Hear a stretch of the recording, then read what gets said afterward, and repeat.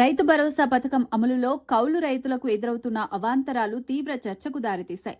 నిబంధనల ప్రకారం SC, ST, OBC, మైనారిటీలకు చెందిన కౌలు రైతులకు మాత్రమే ప్రాధాన్యం ఇవ్వటం వల్ల అగ్రకులాల్లోని పేద కౌలుదారులు బయటపడుతున్నారని రైతు సంఘాలు చెబుతున్నారు. అదే కుటుంబంలో ఎవరైనా ప్రభుత్వ ఉద్యోగం చేస్తే లేదా ఆదాయ పన్ను చెల్లిస్తే సహాయం నిలిపివేస్తుండటం వల్ల అనేక మంది అర్హులు కూడా జాబితా నుండి తప్పుతున్నారని ఆవేదన వ్యక్తం చేస్తున్నారు. అన్ని ఆధారాలు ఉన్నప్పటికీ వాళ్ళకి ప్రభుత్వం వైపు నుంచి అమ్ముకోవడాలు, కొనుక్కోవడాలు, ఇతరత్ర అవకాశం ఇవ్వకపోవడం అన్యాయం అని చెప్పేసి మహాసభ తీర్మానం జరిగింది. అలాగే ఈ జిల్లాలో ఉన్న నీటి వనరులకి అవసరమైనటువంటి నిధుల్ని బడ్జెట్లో కేటాయించాలి. ఈ జిల్లాలో ఉన్న మొత్తం భూమికి నీరు అందేటట్టుగా ప్రభుత్వం చర్యలు తీసుకోవాలని చెప్పేసి కోరుతున్నాం. మరో ముఖ్యమైన విషయం ఏమంటే, గతంలో వైసీపీ ప్రభుత్వం ఉన్నప్పుడు భూ యజమాని సంతకం పెడితేనే కార్డు ఇస్తూ ఉన్నారు. అట్లాగే ఆ రోజుల్లో కార్డు వచ్చినటువంటి కౌలుదారులకి రైతు భరోసా ఇచ్చారు. ఓసీ కౌలు రైతులు మాత్రం ఆ ప్రభుత్వం ఎగ్గొట్టింది. ఆ సందర్భంగా ఈ జిల్లా మంత్రిగా ఉన్న అచ్చెన్నాయుడు గారు అసెంబ్లీలో మాట్లాడారు, బయట మాట్లాడారు. ఆ రోజు ప్రతిపక్షంలో ఉన్న తెలుగుదేశం నాయకులందరూ మాట్లాడారు.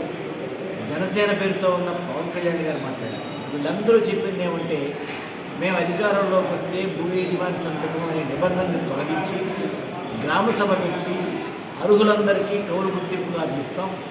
కార్డు రావడం ద్వారా 20,000 రూపాయలు అన్నదాత సుఖీవో వస్తుంది. 1,60,000 వరకు వడ్డీ లేని రుణం వస్తుంది. ఎటువంటి షూరిటీలు లేకుండా 2 లక్షల వరకు ఆర్బీఐ నిబంధనల ప్రకారం పంట రుణాలు ఇప్పిస్తూ ఉన్నారు. అధికారంలోకి వచ్చి 2 సంవత్సరాలు కావస్తుంది. 3 బడ్జెట్లకు పెట్టారు. ఈ కౌలు రైతులను మోసం చేయడానికి అచ్చెన్నాయుడు గారే అనేక ప్రాంతీయ సమావేశాలు పెట్టి చట్టం మారుస్తున్నాం, కార్డులు ఇస్తున్నాం అని చెప్పి ఊరించాడు.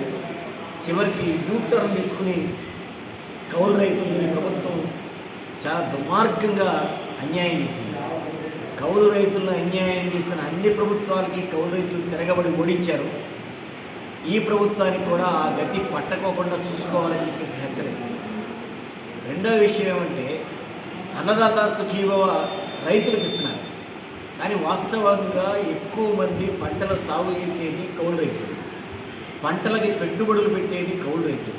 అంటే పెట్టుబడులు పెట్టిన కౌలు రైతులు కాకుండా అమెరికాలో, ఆస్ట్రేలియాలో, విశాఖపట్నం, హైదరాబాద్, బెంగళూరు లాంటి మహానగరాల్లో ఉండే భూ యజమానులకి ఈ ప్రభుత్వం అన్నదాత సుఖీభవ ఇవ్వటం అంటే కౌలు రైతుల పక్షం కాకుండా భూ యజమానులు, భూస్వాముల పక్షం వహిస్తున్నట్టుగా అర్థమవుతుంది.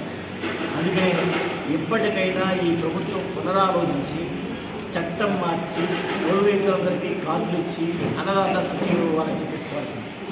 మరో విషయం ఏంటంటే, ఈ ప్రభుత్వం వచ్చిన దగ్గర నుండి ఇప్పటి వరకు ఏ పంటకి మద్దతు ధర అందలేదు.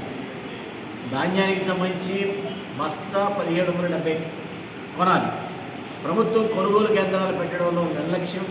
మిల్లర్లు, కమిషన్ వ్యాపారస్తులు కుమ్మక్కై 1400, 1300కి కొంటుంటే సొంచం చూస్తున్నారు. అట్లాగే మిర్చి గతంలో 24,000 రూపాయలు ఉంది. 11,781 రూపాయలకి మేము కొంటాం. ఎవరైనా రైతులు తక్కువ కొంటే ఆ బ్యాలెన్స్ అమౌంట్ మేము రైతులకు ఇస్తామన్నారు. మేము అచ్చెన్నాయుడు గారిని ఛాలెంజ్ చేస్తున్నాం. ఒక్క మిర్చికి 1 రూపాయి ఇచ్చినట్టు నిరూపించగలవా? నిరూపించలేకపోతే కనీసం క్షమాపణ చెప్పు. మోసం చేయడం మంచిది కాదని చెప్తున్నాం. అట్లాగే పొగాకు పంట ఇప్పటికీ రైతుల చేతుల్లో 30% ఉంది.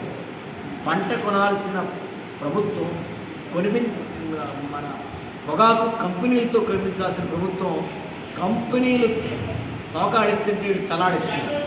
అంటే వాస్తవంగా ప్రభుత్వం కంపెనీలు కంట్రోల్ చేయాలి, కానీ వాళ్ళ కంపెనీలే ప్రభుత్వాన్ని, మంత్రుల్ని కంట్రోల్ చేయడం సిగ్గు చేయడం. అందుకనే పంటలకి మద్దతు ధర ఇవ్వడంలో కూడా వైఫల్యం ఉంది. పంటలకి మద్దతు ధర ఇవ్వాలని చెప్పేసుకోవాలి. కౌలు రైతులకు సంబంధించి వాళ్ళ సంక్షేమం కోసం ఒక మంత్రిత్వ శాఖ పెట్టమంటున్నాం. అంటే రకరకాల డిపార్ట్మెంట్లకు రకరకాల మంత్రులు ఉన్నారు. అందుకని కౌలు రైతులకు సంబంధించి కూడా అన్ని విషయాలు చూడటానికి ఒక మంత్రిత్వ శాఖను పెట్టి ఆ మంత్రి ద్వారా ఐఏఎస్ అధికారులందరినీ ఏర్పాటు చేసి సింగిల్ విండో లాగా కౌలు రైతులకి కార్డు ఇవ్వడం, రుణం ఇవ్వడం అన్నీ చేయాలని చెప్పేసి